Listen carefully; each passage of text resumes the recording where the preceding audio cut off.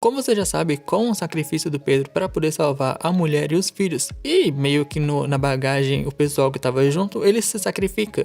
E com esse sacrifício, magicamente, a Vila de Encanto é criada e a Abuela ganha uma nova casa para poder cuidar dos filhos e obviamente viver lá. Só que assim, eu acho que todo mundo já sabe, ou melhor dizendo, já entendeu que a casita, na verdade, é o espírito do Pedro que basicamente controla e dá vida à casa. E eu digo isso porque o primeiro ponto é ele se sacrificou para proteger todo mundo e dois, a casa dá poderes para que as pessoas da família Madrigal possam usar esses poderes para poder não só ajudar a família, como ajudar as pessoas de Encanto. Então, apesar do filme não dizer que é literalmente o espírito do Pedro, porque seria um pouco estranho quando você para pensar que a casa é viva, mas o detalhe que talvez o pessoal acabou não notando é que a casita, ela não tem nenhum controle dentro dos quartos do pessoal. Então, tipo assim, todos os lugares, aparentemente, a casita tem controle, menos o quarto de cada um dos madrigais, o que é justo, é justo. Só que a casita basicamente dá poderes para cada membro da família Madrigal, e esses poderes são feitos, pelo menos os da primeira geração, com um pensamento em mente, ser útil para todo mundo e um poder que ajude a família em si. Pega, por exemplo, o poder da Peppa, que é controlar o tempo, ou seja, se convenientemente você está em uma situação que você precisa da chuva,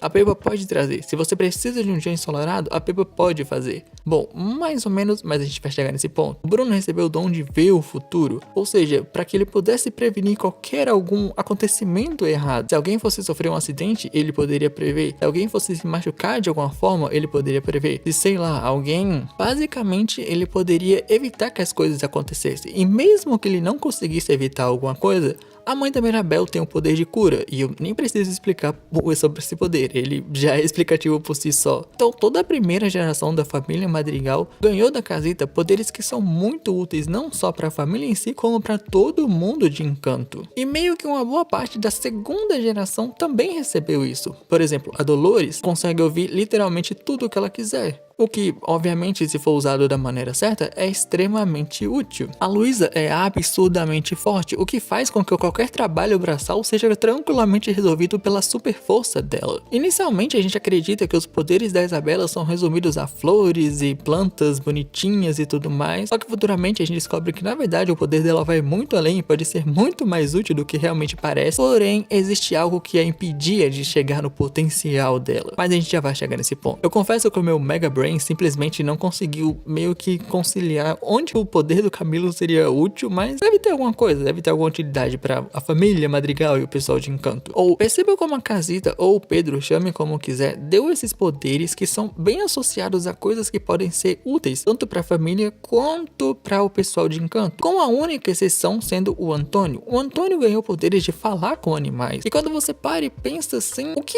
exatamente o poder de falar com animais pode ser útil para Encanto ou para a família Madrigal? Não é à toa que no dia seguinte, após ele receber o dom dele, a primeira coisa que a Abuela fala pro Pirralho é: a gente vai achar um jeito de usar esse seu dom aí. Então, em vez de ganhar um poder que seria útil para a Vila de Encanto, ou basicamente para a família Madrigal como um todo, o Antônio ganhou poderes que meio que condizem com coisas que ele gosta. Ele gosta muito de animais, então ele ganhou o poder de falar com animais. E isso não é à toa, porque o Antônio foi o primeiro da família Madrigal a, entre aspas, se livrar da maldição. E guarda isso que eu tô falando, porque vai ser extremamente importante. E agora que eu já te expliquei a questão dos poderes da casita e tudo mais, a gente tem que falar da Abuela. A essa altura do campeonato, você já sabe que a Abuela é o grande problema de tudo. É ela que tava arruinando a magia, porque basicamente ela meio que se cegou, figurativamente falando, depois de perder tudo. Eu tenho que lembrar pra você que, apesar dela ser uma babaca durante a maior parte do filme, a gente acaba descobrindo que a Abuela perdeu tudo. Ela perdeu a cidade que ela morava, ela perdeu a casa dela, ela perdeu a liberdade que ela tinha e ela perdeu o marido dela. E por mais que ela tenha ganhado uma casa mágica, que ela talvez só foi descobrir que era mágica anos depois, ainda assim ela tava sozinha pra cuidar de 3 crianças. Só que em vez de choramingar ou reclamar, ela simplesmente aceitou o fardo e seguiu em frente com isso. O problema é que ela ficou tão focada em simplesmente não permitir que aquilo acontecesse de novo, em não perder tudo mais uma vez, que ela começou a colocar uma pressão absurdamente enorme em todos os filhos dela, e consequentemente também nos seus netos. E ela não só colocava essa pressão neles, como ao mesmo tempo ela exigia que eles fossem parecerem perfeitos ou o melhor possível, ignorando todos os problemas que eles têm. Por exemplo, pega os dons da primeira geração. Pega, por exemplo, o Bruno. Os poderes dele foram associados com basicamente ver o futuro e tudo mais. Apesar que as pessoas começavam a acreditar que o Bruno fazia as coisas que ele via, ao invés de entender que era simplesmente ele via o futuro, falava o que iria acontecer e era isso. As pessoas acreditavam que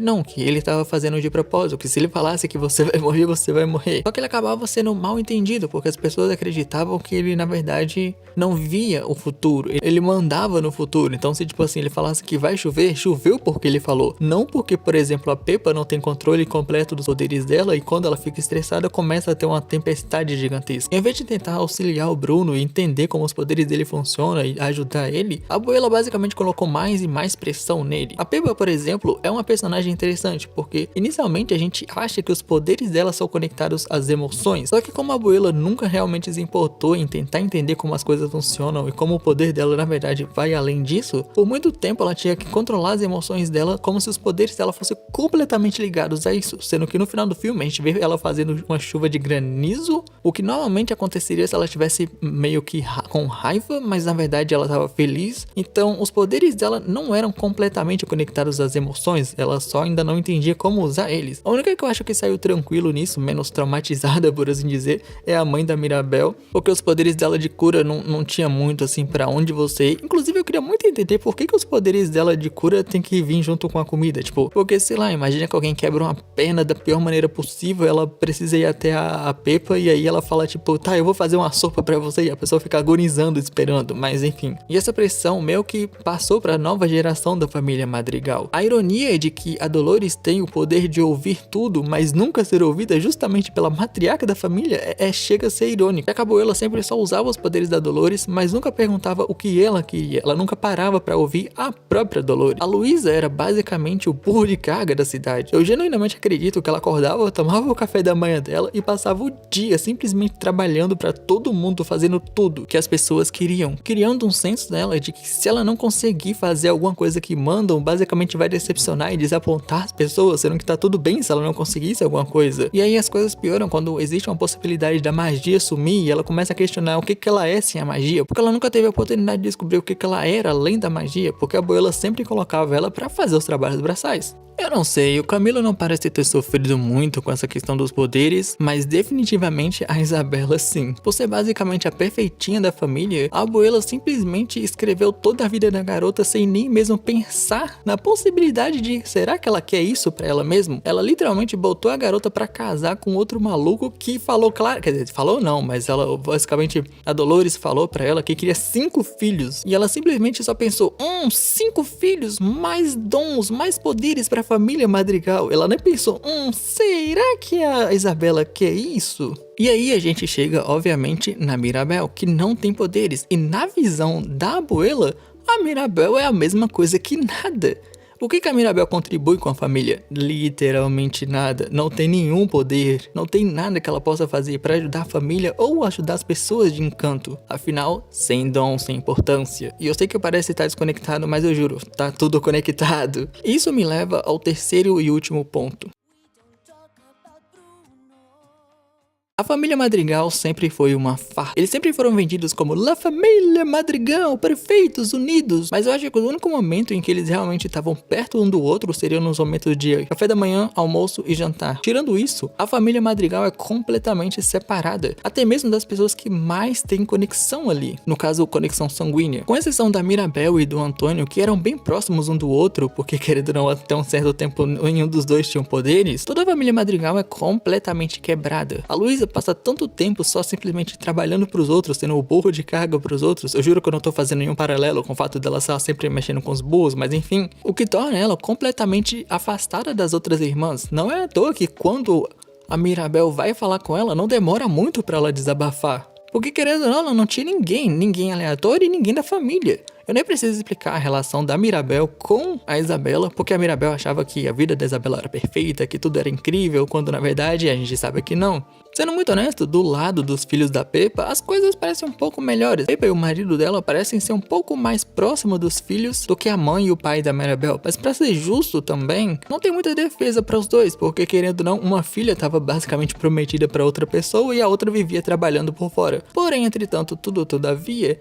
nem mesmo a Mirabel era meio que abraçada 100% pelo pai e pela mãe. Claro, eles não eram babacas com a filha, no tipo, ai, você não tem poderes, você é inútil. Claro que não, eles estavam ali pra ela, só que eles não tinham pulso firme pra isso. Sempre que a Mirabel realmente precisava ser defendida, eles não defendiam ela 100%. Era tipo, porque a Mirabel isso, aí ela falava uma coisinha a mais e eles calavam a boca. Todo mundo calava a boca sempre. Ou seja, basicamente todos os dons, até um certo ponto, foram pensados em ajudar as pessoas de Encanto e a família Madrigal. Porém, a abuela, com a pressão que ela colocava, foi destruindo completamente a família. E por último, a família é completamente quebrada e totalmente afastada um do outro, bem diferente da imagem que eles passavam. E aí que entra a Mirabel. Até então, a Mirabel ainda não tinha ganhado nenhum poder. E a partir do momento em que ela ganhasse algum poder, seja ele qual for, ela também entraria no mesmo ciclo que todas as irmãs e os primos dela. Ela cairia debaixo do guarda-chuva das expectativas da abuela. E o ciclo continuaria e continuaria enquanto a abuela ficasse viva. Esse ciclo de pressão, de ficar exigindo mais e mais e mais. Por mais maldoso que fosse, a casita, ou melhor dizendo, o espírito do Pedro, fez uma escolha. Quando ele não deu os poderes para Mirabel, ele basicamente deu para ela o poder de salvar a família Madrigal, de realmente tornar eles uma família de verdade. Os anos que a Mirabel passou tentando se provar parte da família, mesmo não tendo poderes, foram que levaram ela a ver as rachaduras, mesmo quando elas ainda eram só uma visão, por assim dizer. Quando a Mirabel vê que a magia tá indo com problemas, ela vai atrás de alguma maneira de resolver isso. Ela vai investigar o que aconteceu com o Bruno, ela escuta a irmã dela que precisava desabafar com alguém. Ela encontra o Bruno e apoia ele a sair daquela situação e voltar pra casa. Quer dizer, ele sempre esteve em casa, mas você entendeu. E eu nem preciso falar sobre a Isabela, ela basicamente ajuda a irmã a se libertar um pouco, mesmo que depois ela continue caindo na pressão de agradar a abuela, e quando a abuela começa a falar, ela simplesmente fica quieta, porque, querido ou não, foram anos e anos nisso. E até mesmo a abuela, ela ajuda a abuela a abrir os olhos para a situação que tava. E uma coisa que eu acho interessante é que na visão do Bruno, a Mirabel salvava a casita, mas ao mesmo tempo podia quebrar. Meio que ela faz os dois, porque a partir do momento em que a casita é destruída, é quando a abuela perde tudo de novo. Só que dessa vez ela não perdeu tudo, ela tinha a família dela. Ela tinha uma neta que conseguiu fazer com que ela abrisse os olhos e entendesse o mal que ela estava fazendo para a própria família. Eu confesso que eu acho bonito o fato de que a Mirabel entende que tudo o que a abuela fez e as atitudes babacas dela não foram só porque ela é uma babaca completa, mas porque todo aquele medo que ela tinha de perder tudo cegou ela. É claro, eu ainda acho que a abuela sai muito fácil de tudo o que ela fez, mas ainda assim, filme da Disney, você tem que relevar algumas coisas. Então é basicamente por isso que a Mirabel não recebeu poderes, porque a casita precisava de alguém pra salvar aquela família, que a família Madrigal realmente se tornasse o que eles aparentavam ser.